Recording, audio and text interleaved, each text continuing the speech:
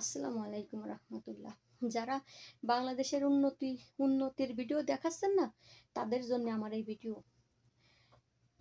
খালেদা জিয়া যখন দেশটা চালাতেন, তখনই কয়টা গার্মেন্টস ছিল বাংলাদেশে?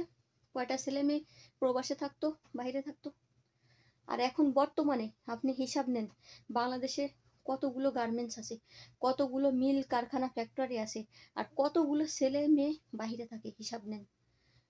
তো স্বাভাবিক একটা মেয়ে যদি 10 বছর সংসার করে, আর সেই স্বামী যদি ইনকাম থাকে, তার রঙিন টাইলস দিয়ে বাড়ি করতেই সময় লাগে না, কয়েকটা মাত্র দিন লাগে। আমি এই যে 2 মাসে মাত্র যাই অত বড় বিল্ডিং করে থুয়ে চলে আসি, কৃষি করেছে টাকাই।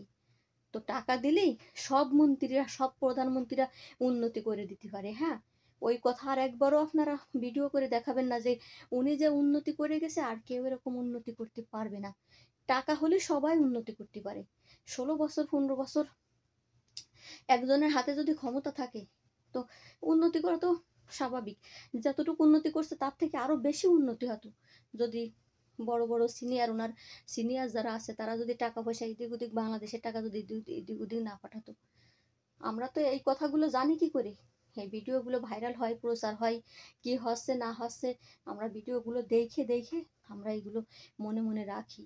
আর সবচেয়ে বড় কথা, প্রবাসের থেকে ছেলেরা যদি মনে করেন 1500 যদি ছেলেরা থাকে, তাই 1000 থাকে মেয়েরা। ছেলেদের মতো পাশাপাশি মেয়েরাও কম বাংলাদেশের রেমিটেন্স পাঠাচ্ছে না। তো বাংলাদেশের গার্মেন্টস শ্রমিকরা, প্রবাসীরা, যখন প্রধানমন্ত্রী খালেদা জিয়া যখন দেশ চালাইছিল, তখন কি এত সচ্ছলতা ছিল? এত কি প্রবাসী ছেলে মেয়ে ছিল? আর বাংলাদেশে কি এত ডাক্তার ছিল, এত গার্মেন্টস ছিল, এত মিল কারখানা ছিল? তো দিন যত যায় তত তো উন্নতির দিকে আগাই যায়। তাই এই কথা ভুল যে অমুক এত উন্নতি করছে আর কেউ করতে পারবে না। টাকা হলেই উন্নতি করা শনি মঙ্গলবার, ওটা কোনো বিষয় না। তো সবাই ভালো থাকবেন, সঠিক কথা বলবেন, সঠিক নিউজ ছাড়বেন। এমন কোনো নিউজ ছাড়বেন না মানুষ বিভ্রান্ত হয়। ভালো থাকবেন সবাই।